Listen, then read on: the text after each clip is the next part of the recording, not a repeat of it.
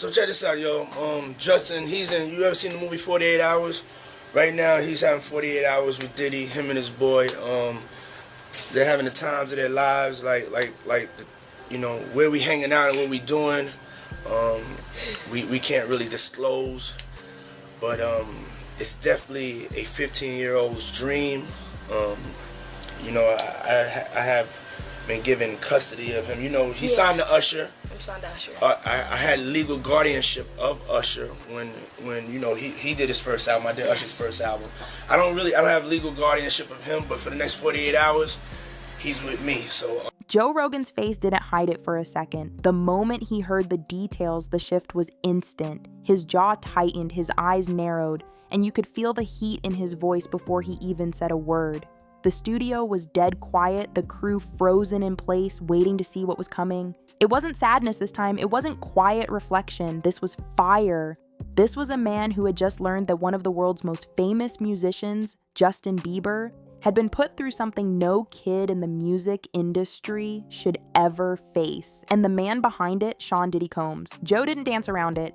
"This makes me sick," he said, leaning toward the microphone like he wanted every word to cut through the noise. This wasn't mentorship, this wasn't guidance, this was control, and it was wrong. And good luck when you're older. You know, Justin Bieber had a post the other day on his Instagram talking about all the drugs that he did when he was younger and how much it f***ed him up. And now he's got a relationship with the Lord, and he's got, you know, he's married, and he's trying to be a normal person. Yeah. But he's struggling with the fact that he was insanely famous when he was a kid. On the desk in front of him sat a thick folder of court documents. Inside were travel logs, hotel records, and detailed accounts from the time Justin was just 15 years old. Joe had spent the morning reading through every single page, and now he was ready to unload. He started from the top, laying out the timeline exactly as the record showed it, how Diddy had arranged for Justin to be in his direct care for days at a time, how the paperwork showed that Justin's schedule was taken over completely, where he went, who he saw, even how late he stayed up at night. This wasn't some friendly big brother thing, Joe snapped. This was a teenager being pulled out of his normal life and locked into someone else's world with no say in the matter. Joe hit the desk with his palm. We're talking about a kid with the pressure of the entire world already on his back, and instead of protecting him, people handed him over to Diddy like he was a prize. Because I think if a victim comes out against Usher, it'll show how egregious this shit is. Because if he can be a predator, then anybody can be a predator. Can't smile in your face the whole time. You feel what I'm saying? Like, people look at Usher, they don't see that. They're not seeing the victim. They're not seeing that boy that got rushed to the hospital. They're not seeing what the intentions was in his heart when he took Justin Bieber there. Oh. Let's be honest. He took Justin Bieber there. Diddy had been trying to get to Bieber for a minute. And his management was backing him off. But it wasn't until Usher took over management and had guardianship and gave temporary guardianship to the diddler for 48 hours. Think about that. And then you have him come to audition for you, right? Actually, with a few people. My wife at the time. Right. It also was Perry Reed, L.A. Reid's first wife. You were all sitting in a room somewhere. We were in a room. Yeah. And I showed her the video. And Perry says, "Are you crazy? You better get down there and meet this kid right now. He's amazing." When all these dick pics come out and all this stuff with Bieber's big penis, are you the mastermind behind that? Say, listen, show off your big penis and people will come to those concerts. Or are you sitting there? Is that the kind of manager he's doing? Usher, are you sitting down with him and saying, yeah, show your or leave it in your pants? I mean, do you sit him down and say, look, part of this is PR, Hey, man. by the way, he does have a brain of his own. Yeah, but were you shocked at the size of his penis? Hey, listen, he has a mind of his own. What he chose to do with his penis is his prerogative. He's managing that aspect of his life. But Usher is somebody... I have nothing to do with Justin Bieber's private parts, man. The frustration in his voice only grew as he read out one section of the records. It described Justin trying to get a few days off, asking to go home early. That request didn't just get denied, it never even got passed along to his own team. It vanished. Joe's eyes burned into the camera. Think about that. You're 15, you want to go home, and some grown man decides you don't get to. That's insane. Joe wasn't just angry at Diddy, he was angry at every single person who stood by and let it happen. This wasn't one guy in a room, he said. This was an entire industry that either didn't care or pretended not to see it, and they're just as guilty. Months ago, I was really struggling mentally and emotionally, and just there were so many things that were adding up, and I wasn't able to enjoy any of the things that I owned. That stuff's not gonna matter to you. None of the actual things did anything because I was so hurt and I was so confused and I was so sick and there was all these things and I was like, I can't, there's like, you just can't, like you said, you can't enjoy the actual physical, tangible, like things that money offers, right? What's up, man? You good? I'm good. How are you? All right, young brother, everything's good? Everything's Selling great. out arenas and everything? Starting to act different, huh? No, You ain't been calling me and hanging out the way we used to hang out. Well, I mean, you try to get in contact with me, through all my, partners and whatnot. Mm-hmm. But you never really got my number, so. Correct. My Okay. number? Yeah. I'm gonna tell you my number. Yeah. It's 555. Yes. Okay. 5555. Okay. 55. Y'all heard that?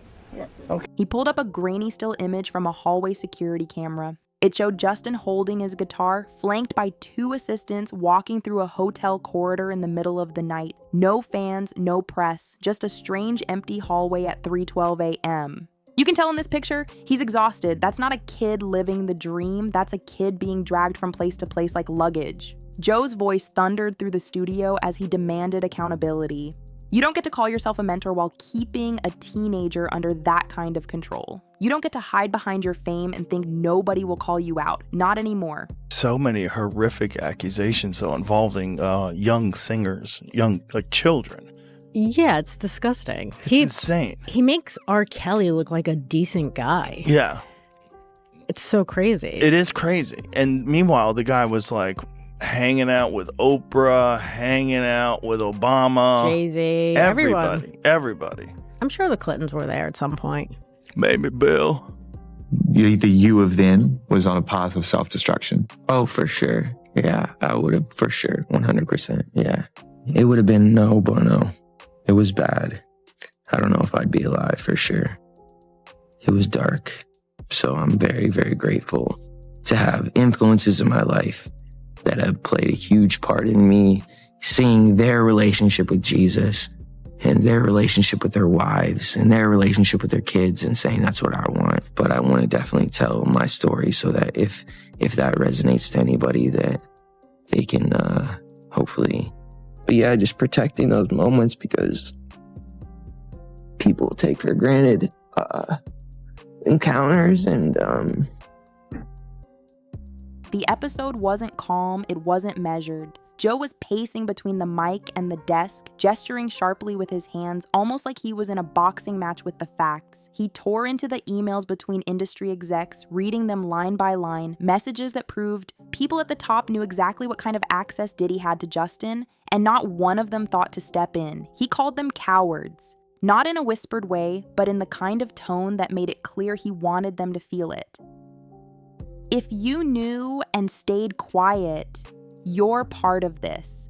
You're not protecting your artists, you're protecting your money. And that's disgusting. He reminded his audience that this wasn't a one-time event. It was a repeated cycle, carefully planned to keep Justin in Diddy's world for as long as possible. Each time Justin tried to step back, there was another opportunity dangled in front of him, another promise of a bigger stage, a better connection, or a career-changing collaboration. Joe's voice hardened as he explained how those promises were often just bait, leading Justin right back into a controlled environment. From Joe's perspective, this what if this wasn't mentorship? It was ownership disguised as guidance. The paperwork he'd seen showed just how deep Diddy's reach went. Temporary travel authority over Justin, private bookings without label approval, and even control over security, details that should have been neutral. Joe stressed how dangerous that was for a teenager, especially one already under intense public pressure. He did an interview back in 2020 with Zane Lowe. I think this was on Apple Music. And he was speaking about another young artist that was coming up, Billie Eilish, and Eilish. And he was basically speaking about how he wanted to protect her because she was now another young person, a rising artist in the industry. And sort of out of nowhere, he became quite overcome with emotion. Flown out to Atlanta by a manager. His name's Scooter Braun. Flown out to Atlanta just to meet with him and meet different producers and different people. I was actually going to meet Jermaine Dupri at his studio. And who rolls up? Usher in his Range Rover. Rolls up, and I was like, "Is that who I think it is?" And Scooter was like, "Yeah." And so I ran up to him and I was like, Usher, I love your songs. You want me to sing you one? And he was like, let's just go inside, little buddy. It's cold out. So the politest possible way he could say no, he did. And I was like, wow, he just turned me down. And I was a little disappointed. He had to go into a studio session, so I was like, whatever. And a week later, he actually watched my videos with my manager and was like, oh my gosh, why didn't I let him sing? So flew me back to Atlanta where I got to meet him again, and he wanted to sign me. But there was something else. Justin Timberlake, right? Yes, Justin Timberlake also wanted to sign me. It was like kind of like, what happened was Justin Timberlake and Usher both went into a ring and boxed it out. And the outcome was Usher. I think it was a TKO. We had seen these videos of Justin Bieber being handed over to him at age 15. Great job. And for his weekend with Diddy camp. I mean, we don't know, but it certainly looks like Justin Bieber is still suffering the fallout from whatever happened to him as he was coming up the ranks of the music world. It really doesn't seem worth it. I mean, I'd love to hear more from his camp about what's real, because it's clear he's suffering. We just don't know from what. And what mother out there would give her 15-year-old boy over to a grown man who's in the rap industry for a weekend with Diddy camp without other adult supervision? Then came the part that made Joe's hands clench on the table. He'd seen a video clip, a grainy hallway feed from one of Diddy's private properties. In it, Justin, barely 16, walked down the hall clutching his guitar. It wasn't a tour venue or a press event. The timestamp showed it was past 3 a.m. Two assistants walked beside him, their expressions tense. Joe paused after describing it, letting the silence hit before adding, "That's not the face of a kid living his dream. That's the face of someone who just wants to go home." What hit Joe hardest was that Justin had lived like this while the world saw nothing but glossy magazine covers and high-energy performances. Behind those smiles was a young man pushed into situations no teenager should have to navigate alone. And the person pushing, the same man the industry had hailed as a kingmaker. Joe's frustration was boiling over now. He told his viewers that this was a turning point, not just for Justin's story, but for every young artist being groomed into the same cycle of control. "You can't call it guidance if it comes with chains," he said firmly. These chains aren't physical, they're contracts, promises, and pressure. He detailed how sponsors and brands were already backing away from Diddy after these revelations. Major companies had quietly removed his content from playlists, pulled endorsements, and even canceled collaborations. It was a domino effect, one brand after another realizing that associating with Diddy was now a risk to their own image. But Joe didn't stop there. He started naming the ripple effect. Other artists beginning to share their own unsettling experiences, managers suddenly speaking up about deals that didn't feel right at the time, and executives revisiting old agreements to see if they'd missed warning signs. Joe urged them not to just look back, but to step forward with the truth. "This isn't just about Justin," he said, leaning toward the camera. "It's about making sure no other kid with a dream ends up in the same trap.